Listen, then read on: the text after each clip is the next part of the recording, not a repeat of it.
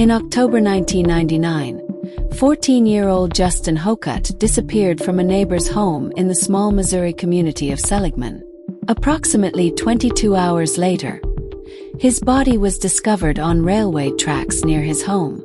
Investigators reportedly believed Justin had been killed elsewhere and placed on the tracks to make his death appear accidental. Stay tuned for the full story. Welcome to M.O.R.T.E.M. Today's case takes us to Seligman, Missouri, where the suspicious death of 14-year-old Justin Hocutt remained unresolved for nearly 27 years. In July 2026, investigators announced the arrests of 3 men in connection with his death. However, this case has not yet reached trial, and all defendants must be presumed innocent unless proven guilty in court. This is the story of Justin Hocutt, and the cold case investigators refuse to abandon. Remember to subscribe, turn on notifications, and join us as we examine what is currently known. Justin Hocutt was 14 years old when he moved from Arkansas to Seligman, Missouri, in 1999. He had lived there for only a few months before his death. His relatives remembered him as an ordinary teenager who loved animals, rode his bicycle, watched movies, and enjoyed spending time with friends. He was still adjusting to a new community and should have had decades of life ahead of him. Instead, the events of October 1999 would leave his family searching for answers for almost 27 years. During the early hours of October 9, 1999, Justin was at the home of a friend who lived next door. The residence reportedly belonged to Harold Johnson, Johnson's girlfriend Brenda Scott, and her 2 teenage sons. Johnson was a friend of Justin's father. Witnesses placed Justin inside the home at approximately 3 a.m. Accounts from those present claimed that Justin was later awakened, told to leave, put on his shoes, and walked out of the house. That was the last reported sighting of him alive. What happened after Justin supposedly left the residence remained the central mystery of the case. Approximately 22 hours after Justin was last seen, his body was discovered on railway tracks near his residence. The location initially created the possibility that he had been struck accidentally. However, investigators found circumstances that made the death appear suspicious.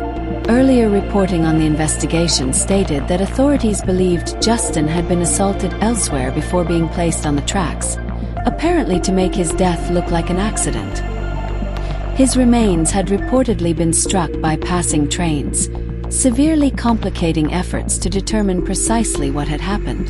The railway line had potentially become both the discovery site and an attempt to conceal the original crime.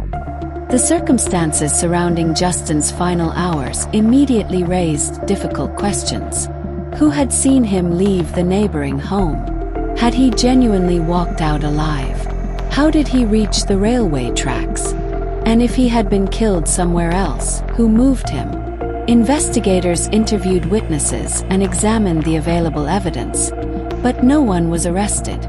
The limitations of forensic technology in 1999 also created challenges. Biological evidence that might be useful today was considerably more difficult to analyze at the time. Justin's death became a cold case. His family was left knowing that people might possess information about what happened, but had chosen not to reveal it. Justin's mother, relatives, and community continued asking for information. In 2005, investigators formed a multi-agency task force after receiving new leads and identifying forensic techniques that had not been available during the original investigation. The effort involved local authorities, the Missouri State Highway Patrol, Railway Police, the FBI, and other agencies. A reward was offered for information leading to an arrest and conviction. Still, the case remained unresolved. Birthdays passed.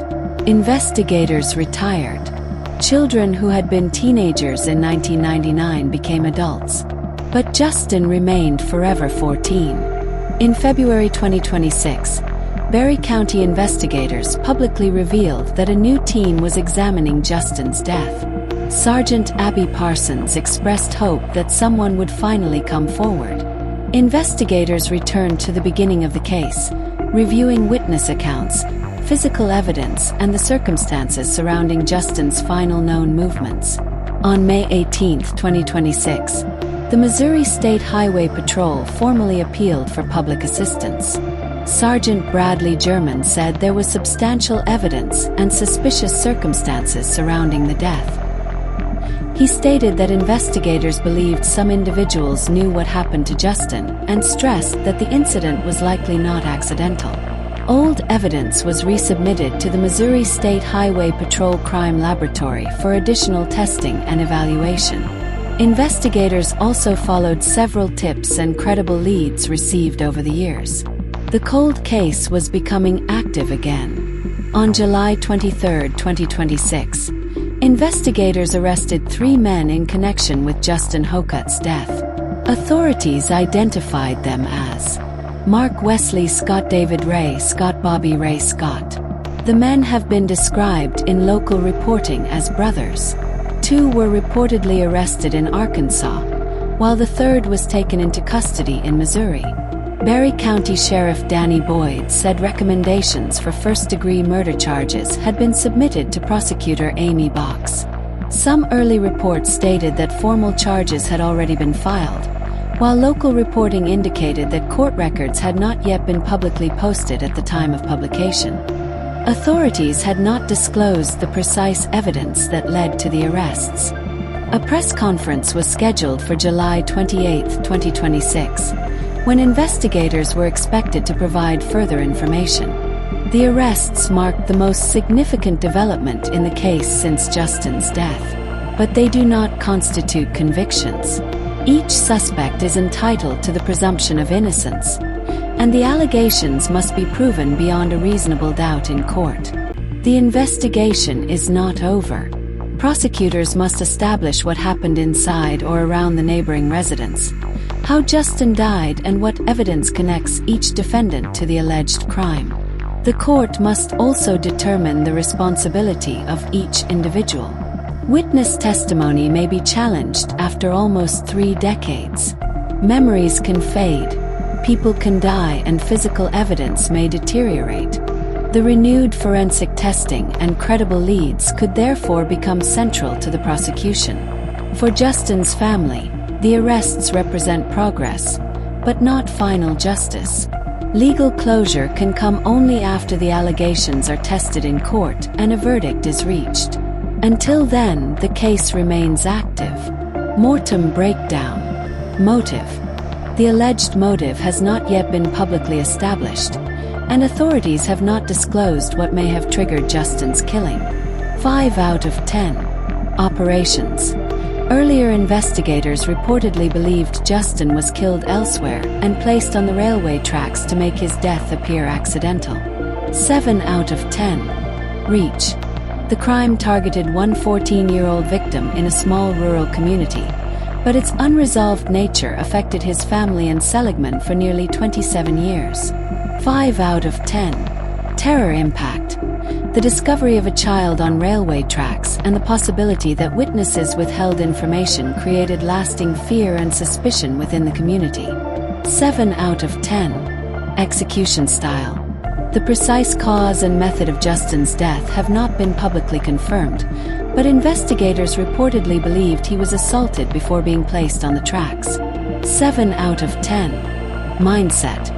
If investigators' theory is proven, placing Justin on active railway tracks to disguise his killing would demonstrate calculated concealment and extreme disregard for his dignity. 8 out of 10. Justin Hocutt was 14 years old when his life ended near the railway tracks outside his home. For almost 27 years, his family lived without knowing whether anyone would ever be held accountable. The arrests of Mark Wesley Scott, David Ray Scott, and Bobby Ray Scott represent a major breakthrough, but not the end of the case. The allegations must now be tested through the legal process. Whatever happens in court, Justin should be remembered as more than the victim of a Missouri cold case. He was a young boy who loved animals, rode his bicycle, watched movies, and enjoyed being with his friends. He deserved the opportunity to grow older. He deserved answers. And he deserves to be remembered. Thank you for watching M.O.R.T.E.M. Subscribe and turn on notifications as we continue following this case and other major criminal investigations. Remember to stay aware and stay informed.